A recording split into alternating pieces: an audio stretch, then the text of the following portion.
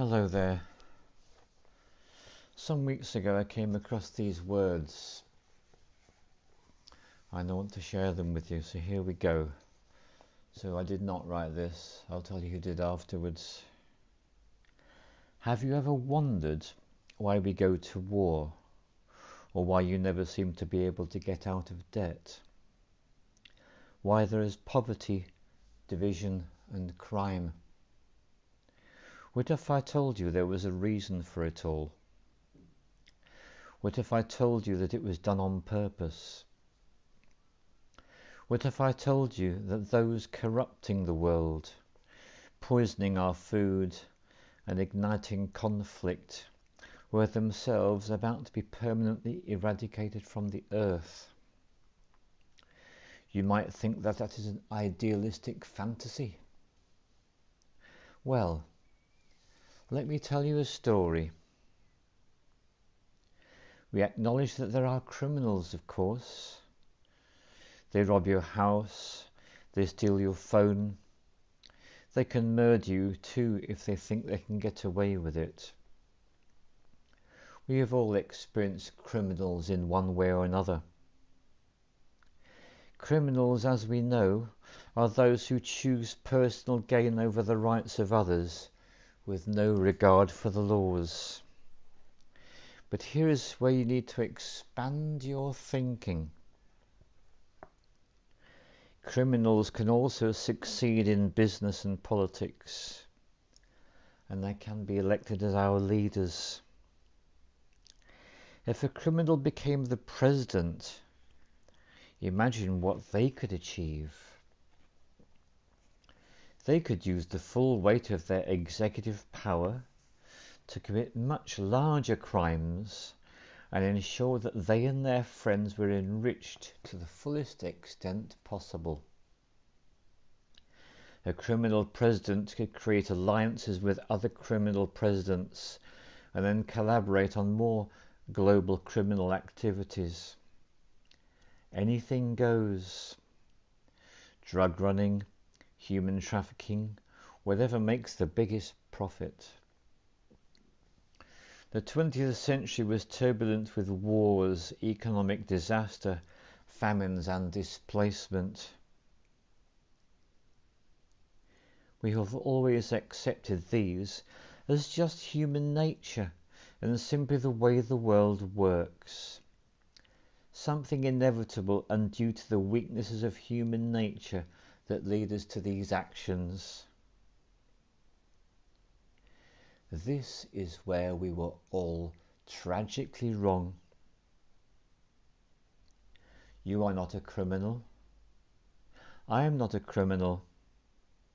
So how can we just assume it's human nature that is driving all this pain, degradation and misery? What if it wasn't human nature at all, and as a result of something more deliberate, more contrived? We were taught that capitalism was the cause of a massive rich-poor divide and the reason for poverty, which in turn is the reason for war, crime and starvation.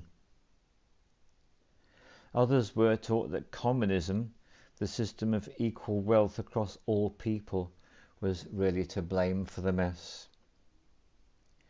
But you see, folks, it is none of these things.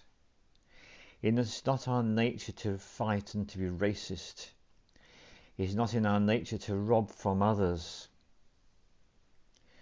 You must learn that it is the criminals all along. Yes, the criminals. They've got power. More power than a criminal should ever have. They rose to the top of the media companies that control our news and entertainment. They ascended to the top of the banking system, to the Oval Office, to Brussels, to the Vatican, to the Crown. They crept in quietly. They became leaders of agricultural companies that control our food supply. Also, big pharmaceutical companies are the ones we trust to help us when we are sick.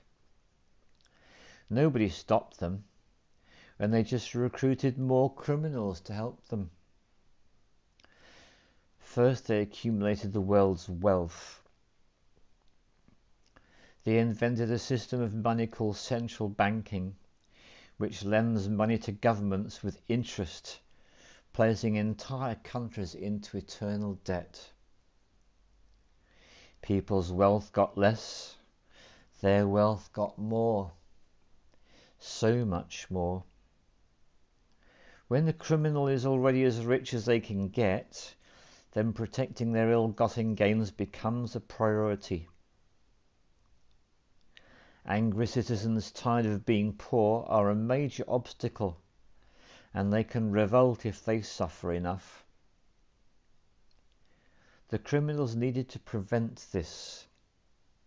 So, they diverted attention to their last remaining competitor, the people of the world, you and me. We are not happy being ruled by criminals and having to work 3 jobs just to survive. They know we won't accept it. So they use their control of the media to set black against white, woman against man, young against old, Muslim against Christian. They convinced us we were the problem, so that we would fight amongst each other and destroy ourselves. To get this done faster, they attacked all aspects of humanity that make us strong, like family.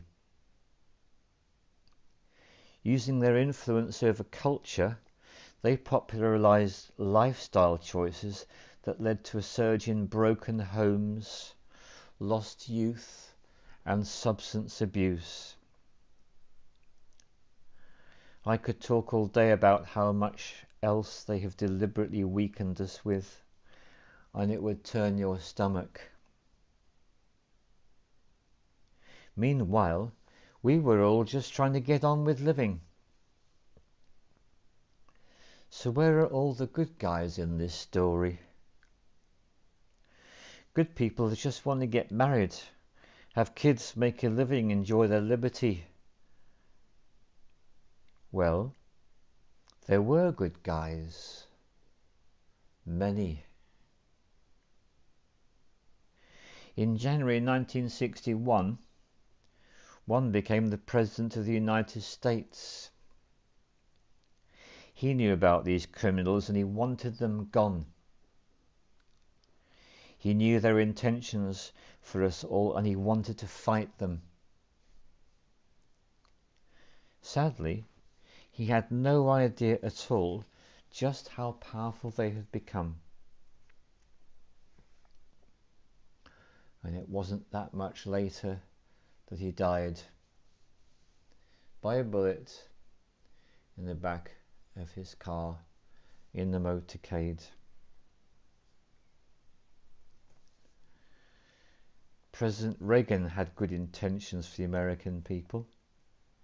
He knew this criminal mafia controlled almost everything by this stage, including the powerful rogue intelligence agencies.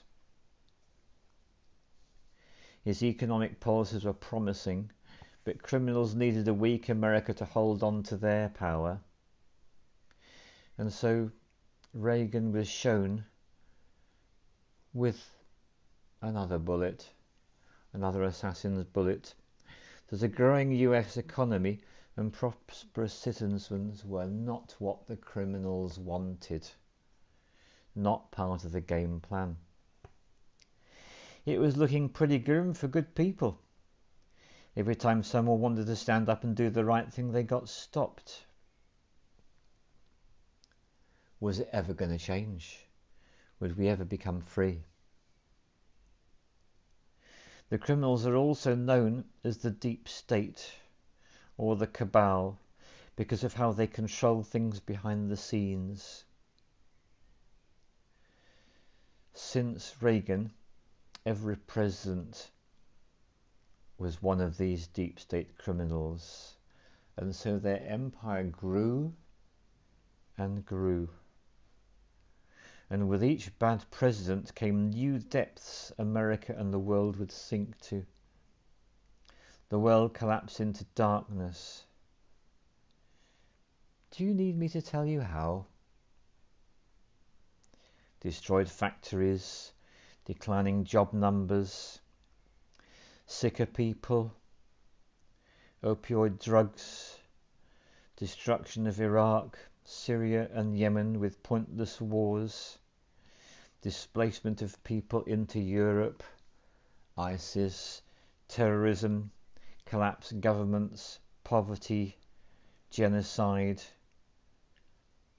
total misery. Do you think that was all inevitable? Hell no. Well, this is where things start to take a new turn. When the full picture comes to be known, it will be forever regarded as one of the greatest stories ever told. Well, here's a top line for you. Some good people still held positions of power. They valued humanity and the rule of law. So, while the criminals discussed their game plan at the annual Bilderberg meetings, the good guys were occupied in making plans of their own. The information age was coming to change history forever. As the internet flooded into every home and appliances became smarter, and when people started carrying tracking devices, an opportunity to put an end to criminal control over the world began emerging. We became connected, trackable, and surveilled. But so did they. They became dependent, just like we did, on email, SMS, social media, instant communication. It made crime much easier, but it also put them onto a grid that, if accessed by the right people, would expose their crimes to the public and end their iron grip on us once and for all. In this new age of information, it was thought that the military should also have its own intelligence agency to focus upon cybercrime and espionage. They call this in America the NSA, the National Security Agency. The relevance of the NSA in the story cannot be understated. Cannot be understated. Here we have every phone call, email, text and post from every device stored and archived.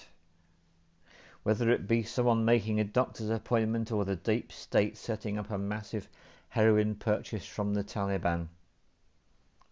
In the right hands, it would be enough information to expose the entire sinister criminal plot to rob us blind and wipe us out. Hold that thought. Now I need to explain the plan. The good guys were devising a plan to reclaim the world from the cabal and return it to the people.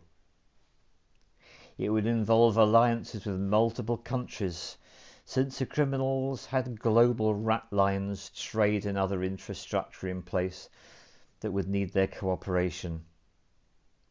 And so for the USA, it came down to two choices. The first choice, launch a military coup to seize the government from whichever cabal puppet was in the White House. Or the other choice, to win legitimately, take control of the NSA, expose the criminals for what they are and arrest them all. Obviously the first choice would be very troubling for the public, with people still preoccupied with cabal engineered social issues they would likely revolt and hurt themselves and others in huge numbers. No, it would have to be the second choice. So they needed a candidate who could win, and who could win big. Many states like California had been so heavily inundated by criminals that even the voting machines were electronically set up to swing votes any which way. It would need to be a very decisive victory. And that's the end of part 1. And I want to give you the name of the author. The name of the author is an anonymous author known by the name of Joe M. And this entire article can be found in a book called The Great Awakening. So that's as far as I'm going to take us today down this journey. Thank you for listening, and I'll see you again soon.